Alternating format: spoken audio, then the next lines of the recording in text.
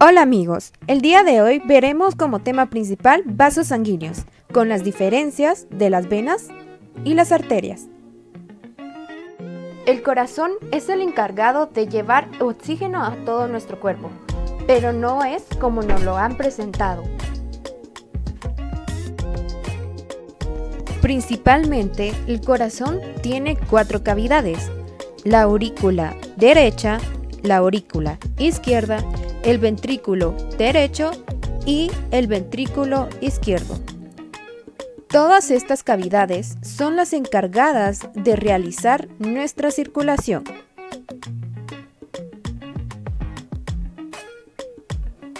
Para mayor comprensión, presentaremos nuestro corazón como un cuadrado.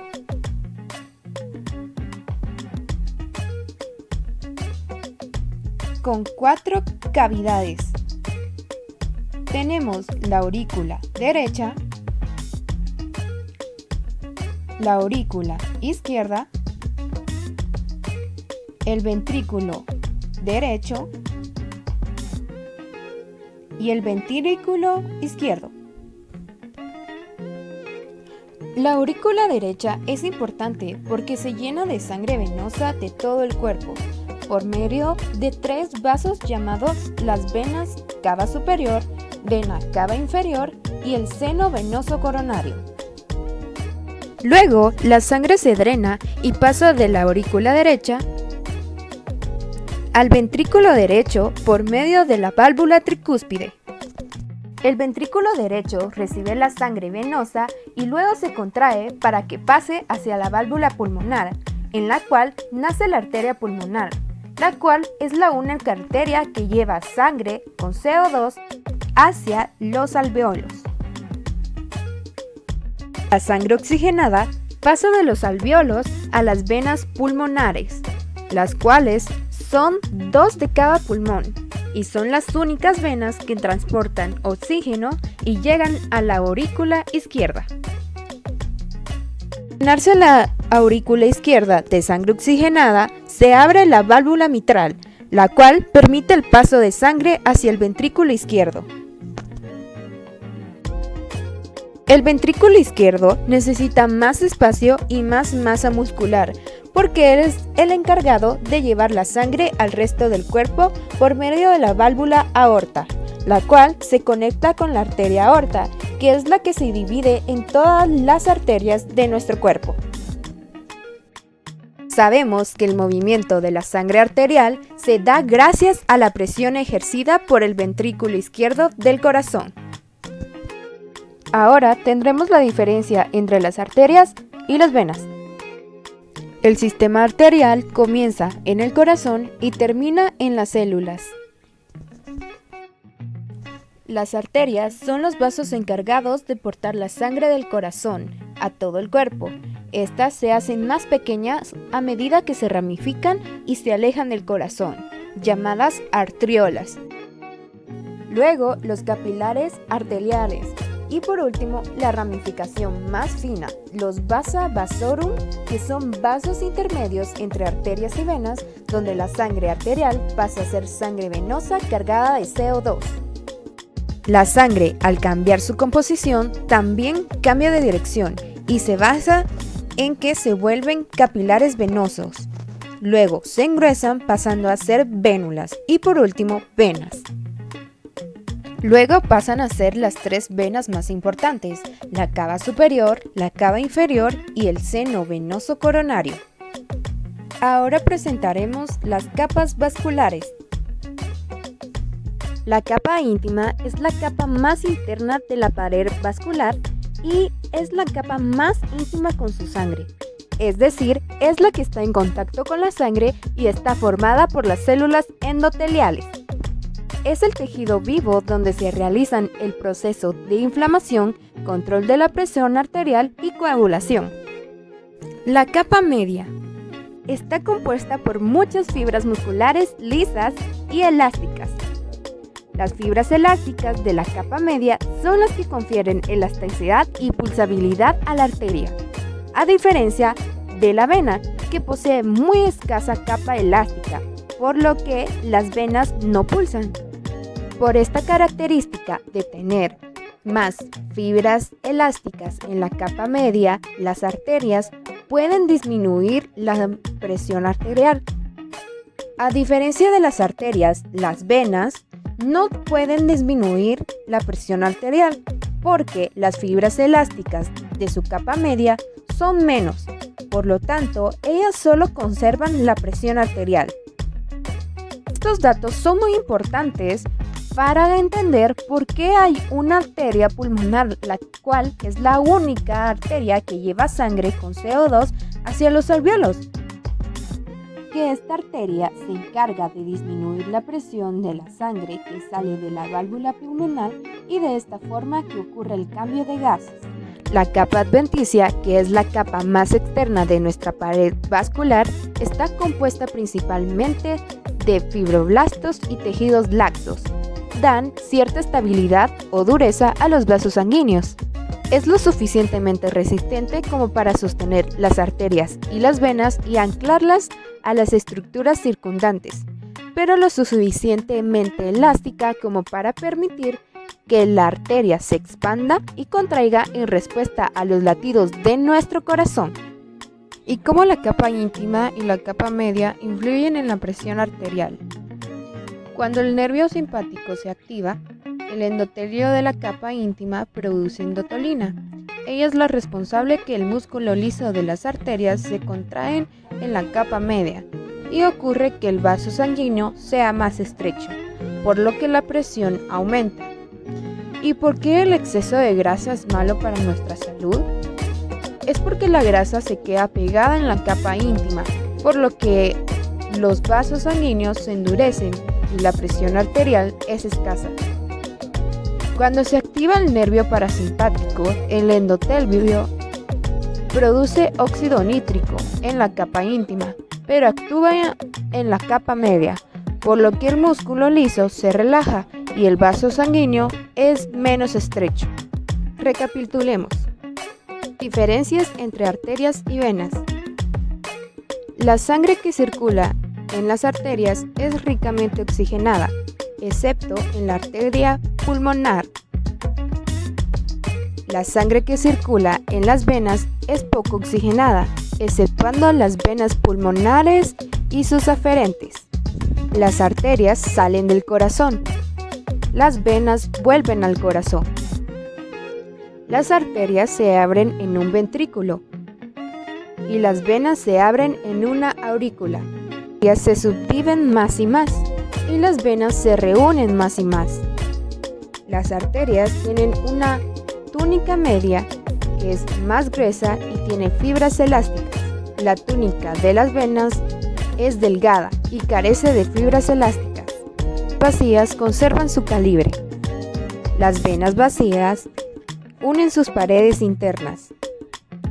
Las arterias tienen válvulas en su origen y las venas tienen válvulas en todo su trayecto.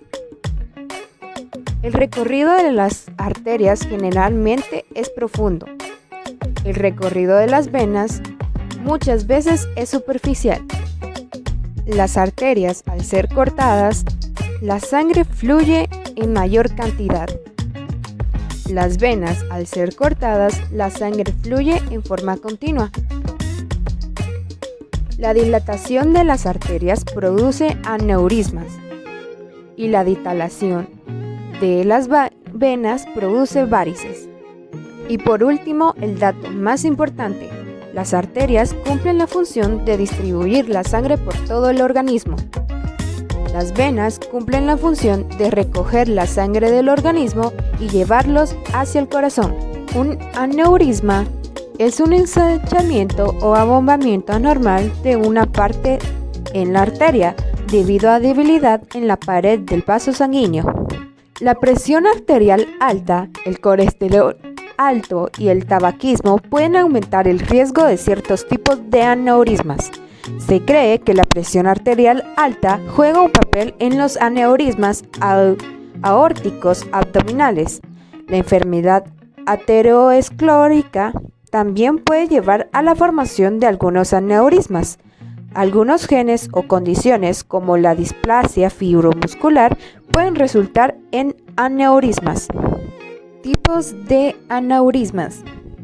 Esto significa dilatación arterial, aneurisma sacular, aneurisma fusiforme y pseudoaneurisma. Dilatación venosa, comúnmente conocida como varice. Estos términos son importantes para entender los mecanismos de retorno venoso al corazón. El retorno de la sangre es gracias a las válvulas venosas. Las válvulas empujan la sangre ascendentemente desde las extremidades hacia el corazón. Cuando una válvula venosa se enferma, la sangre se acumula en esa área. Es importante tratar estas lesiones porque no dejan que el flujo sanguíneo siga su curso normal. Existe otro mecanismo de retorno de sangre venosa, que incluye nuestros músculos gastrocnémicos, los cuales se contraen cuando caminamos y exprime las venas de manera que ayuda a la sangre a llegar de los miembros inferiores hacia el corazón. Las causas de los problemas venosos. La insuficiencia venosa heredada o congénita. El sedentarismo e inmovilidad. La falta de actividad física debilita la circulación sanguínea. El sobrepeso, que sobrecarga las piernas constantemente. Las paredes de las venas a menudo se ponen inelásticas en la edad avanzada. Influencias hormonales sobre la pared de las venas, como por ejemplo el embarazo.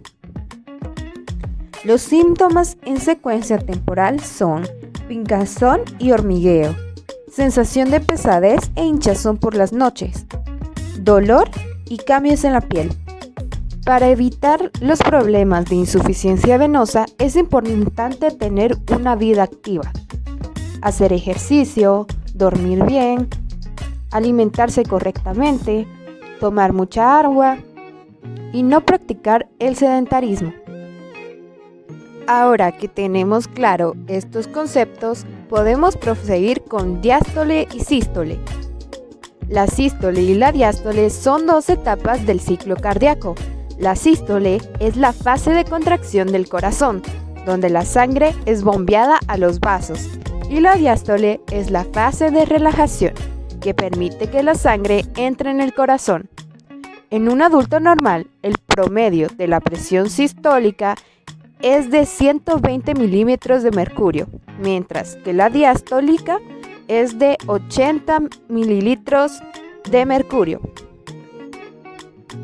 La función de la sístole es que el corazón se contraiga, bombeando la sangre del corazón a la aorta y a la arteria pulmonar.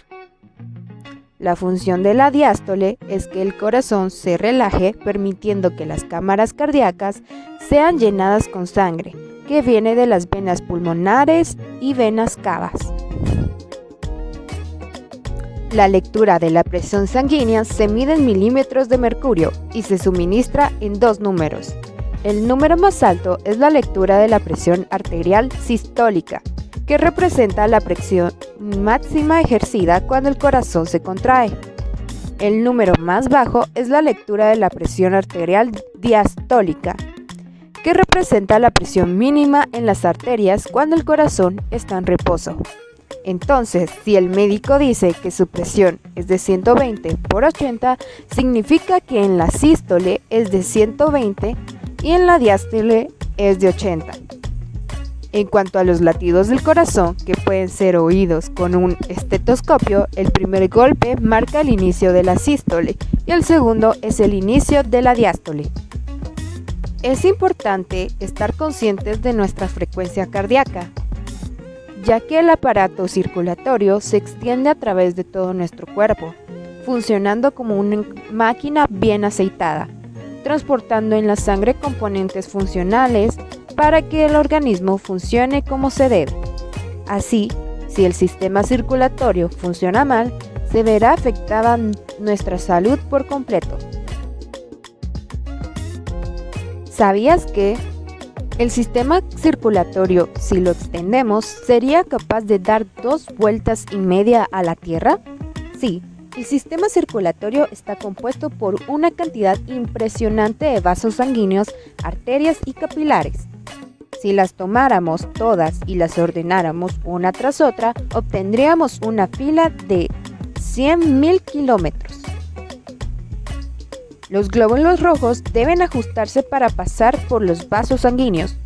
Los vasos sanguíneos son realmente estrechos, con un diámetro de 8 micrones, similar al de un cabello humano. Para que nuestros glóbulos rojos puedan pasar a través de ellos, estos deben formar una fila e ir uno por uno, ya que apenas caben por los capilares por tener un diámetro similar.